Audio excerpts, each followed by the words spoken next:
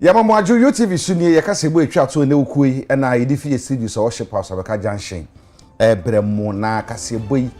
etifi nsem bi ene se ene mampani mahama kotwa homam ama Pentecost asafo na duefie bi omasi de ama wo no anase oman no mampani akokoda ne di na sa dwumedie kro ya se ne mampani editu dwasesese no wo ba beboa wo momo ye prisons ahodo no prison service no eba no kua no mo ye na ase de be ya ombetimi aye no na kesiu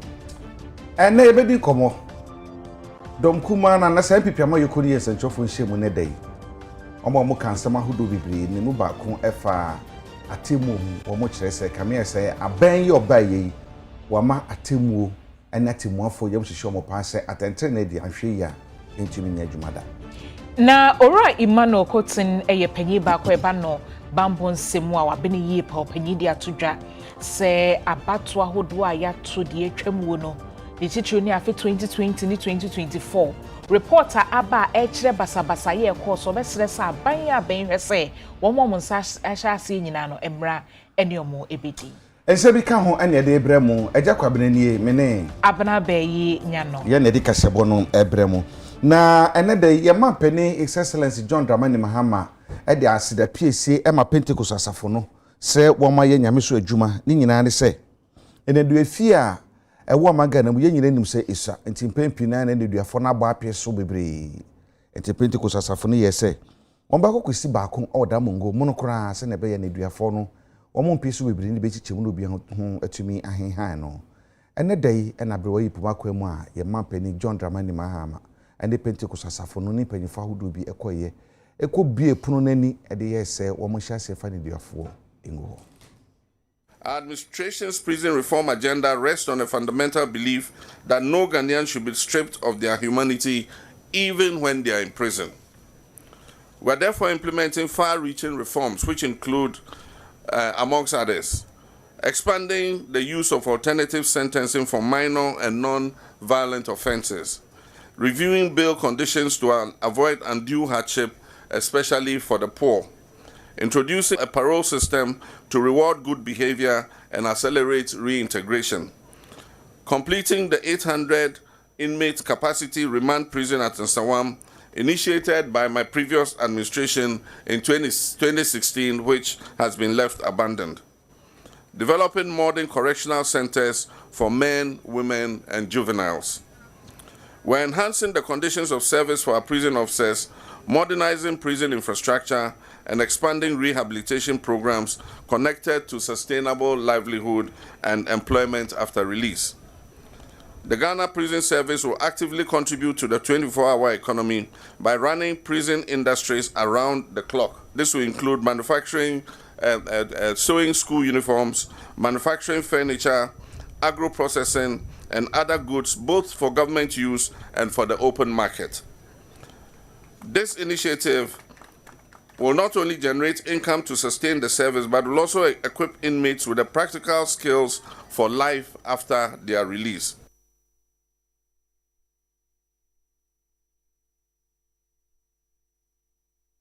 Na sa dwumedie kro ya se ne mampanyi His Excellency John Dramani Mahama esan editu dwa se oba beboa na prison services ahodo e woye memu no kuadwuma mo ye no etimi ayekese wo se samre die oba be mo fertilizers oba be mo tractors niema ne akade bi ebetimi aboa ama kuadwuma mo ye o prisons ahodo mu no etimi akoye na aboayen.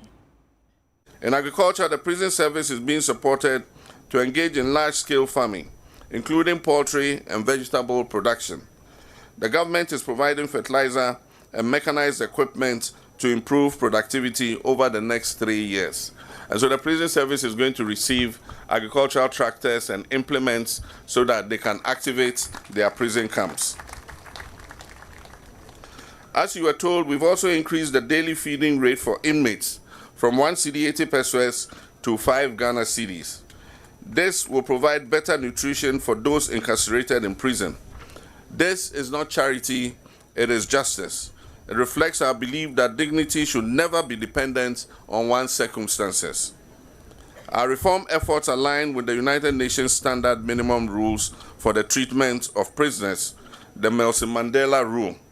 Ghana continues to be in active partnership with the United Nations Office on Drugs and Crime, the African Union, the ECOWAS and other international organizations working to promote humane conditions in prisons. We will therefore continue to share experiences and adopt best practices and participate in global efforts to make our justice system fairer, more humane, and more effective.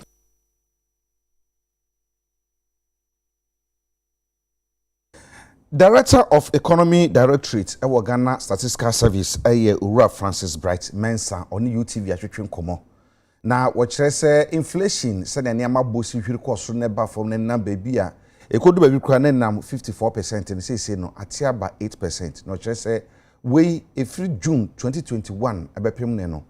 we ne dia ba fom pa a kire se aban no ebo ne homode Ghana Statistical Service busumbia to our proper markets dodo na base 57 near kwa kubisebisa nyamabo nti ebisebisa sa nyamabo na dey atoto afi sambre no mo afi mu ne ahese e bi anyamabo no ejina na ati akofoma na kosu nti year for bosumi October de ni ehu se old kan nyamabo ni nyina bom na de to afi atwemu October 2024 yen say no obine nyamabo mika edi na eso ate kakra sisi aba oha nchichemu nwotwe bosumi na atwemu September na oha nchichemu nkron na echiripo enai nti yen say mika no ekoso mo ba I say break no we ya apply break ni so nti so tete nkaka ene nche say 8% na nche say nyama no still a ya tutum nti ebia mekoto ade afina etwemu no October mekoto ade ne boy 100 cedis sa suni October mekwa akota meto no 108 cedis isa na mo chisa 8% na ye kan nti nyama na ekoso ba mika na edi no eso abre ase kakra na obi bebi sa se ede ntitu na ema still nyama bo na ekoso ohwe ye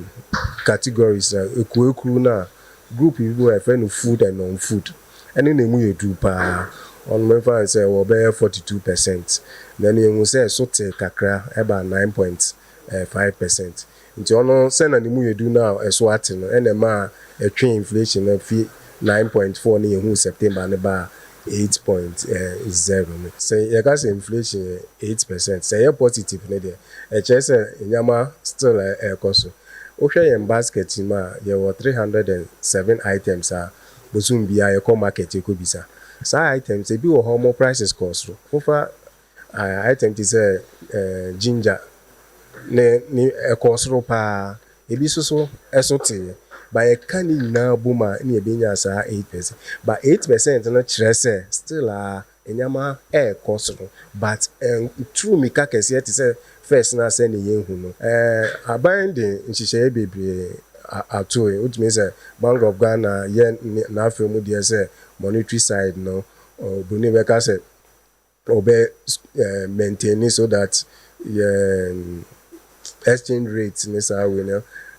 higher stable.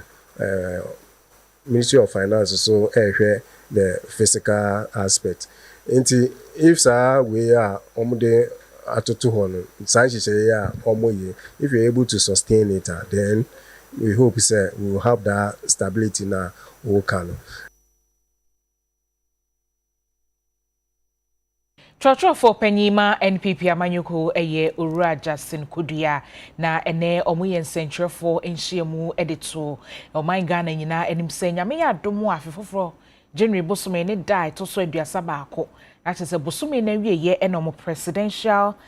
candidate election no ebekoso na abra wokasa na wotre mu say no de omumra na omode ye adwuma o party ni nsa kira ye bebre abem na afin so omode niema hodo egu akwai momo hwe se aba na omobeto no bibibia ebekoyi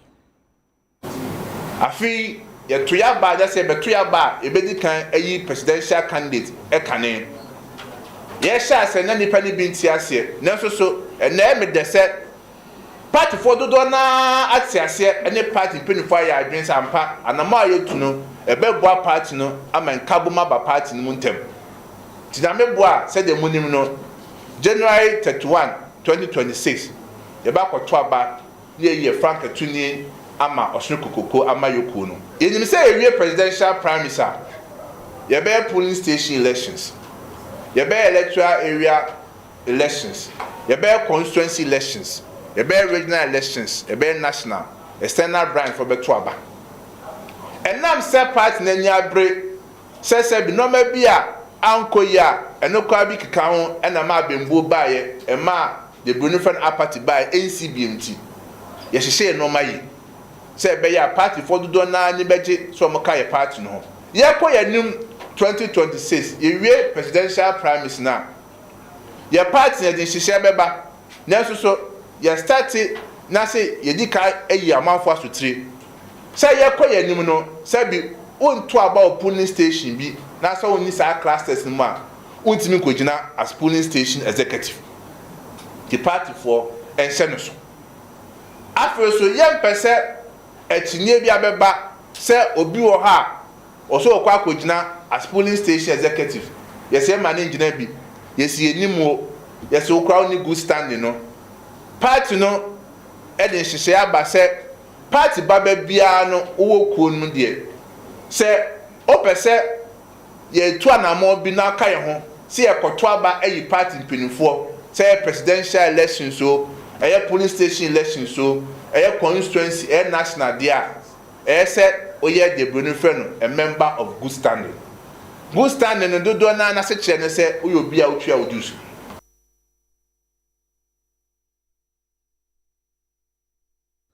Justin Kodua to so ɛkan sɛ NDC amanyoku ni aban yi yɛka Galamsey a ɔmo bɔ mo hodi ɔmo pa wo mu tu bi ɛnya sam ketewa kra ɛnɛ Galamsey ɛyɛ ade a edu ɔmaninya yɛnya bɛkae ɛbɛ yɛwura Akufo-Addo amamuo no etu anamɔ bebree ɛma ɔmampeni na nadanko Akufo-Addo kra ka sɛ sempo na konya kwa no de bɛto so ampa saa brɛ ne hu sɛ yɛnso bebree ne tiɛ na so sɛ nyam NDC for the propaganda ɛna all mining site or Galamsey site edu baabi kra yɛ tiyo nsa frɛ NDC ɛbɛ mo opposition so ɔmo mbra mɛka yɛ ho asɛm mo ka kyerɛ ne sɛ yɛ ne wɔ aban mu yɛ ne wɔ kra sojafoɔ yɛ ne kra policefoɔ yɛ declare state of emergency or baabi a Galamsey ɛkɔ so ɛnɛ NDC aban na wɔ so Galamsey ɛkɔ so saa mmiri edi twam ɛbro de si MPP aban so nanso so yehu anama papa bi a aban ne tu afa ho the MPP yebusa yira mahama ne sɛ state of emergency na ɛwɔ hefa ɛnɛ Galamsey ɛkɔ so amankɔfo nya kukuduro NDC MPs ɛsɔre a na ɔmo ka ɛfa Galamsey so enja mo nkrɔfo nyɛ NDC for sɛ bi ɔmo party officers efi national ɛkɔ fam ebi ɛyɛ Galamsey no ɛne tina ho tɔkwa no na sɛ ho kon ayɛ den no tie de ɛka kyɛ ɔmampeni maama ne sɛ Galamsey no sɛ bi ɔpɛpɛ bi sɛ obetu Galamsey ase a akonya no wɔ hɔ onim baabi a problems no hɔ sɛ ɛmpo wɔto ne saa frɛ MPP foɔ sɛ yɛmɛka no ho na yɛnkɔ saa ntɔkwa no a yɛde yɛnyɛ sɛ wɔ mo yɛnka sɛ ɔmo ne wɔ abɛntɔ mo nko yɛne ɔmo bɛka abom na ɔmaa ne nti yɛayɛ adeɛ a ɛbɛboa ma sɛ bi yɛnsuo ho ate ne yɛ kwae mo so ada hɔ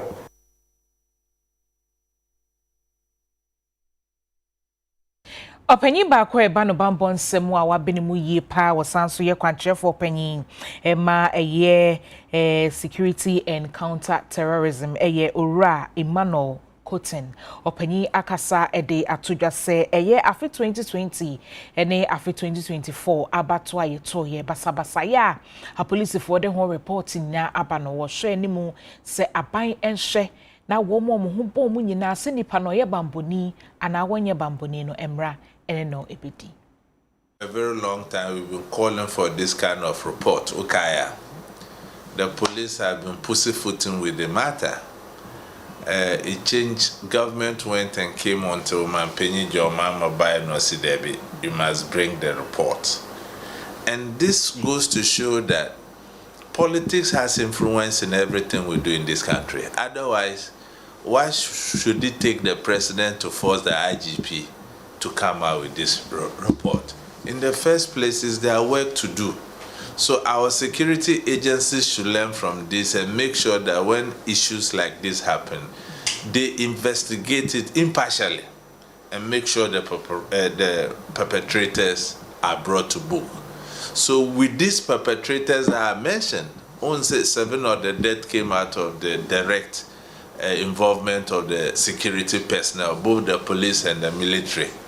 What the government need to do is that they should make sure these people are put before the law courts. Na mrano nyede endi ejuma. That's the beauty of democracy. So the obiabe who say you cannot go and do as you wish. What government needs to do is that it dare no fail us. Once this good initiative has come, we're all crying for a report. CCR report number. Names are mentioned. Mibwa. At this point, they are suspects. So about making sure, say, me can't end this government. Me call the authorities clothed with the power to prosecute. If it was a very serious environment, when I say serious environment, Amraye Juma,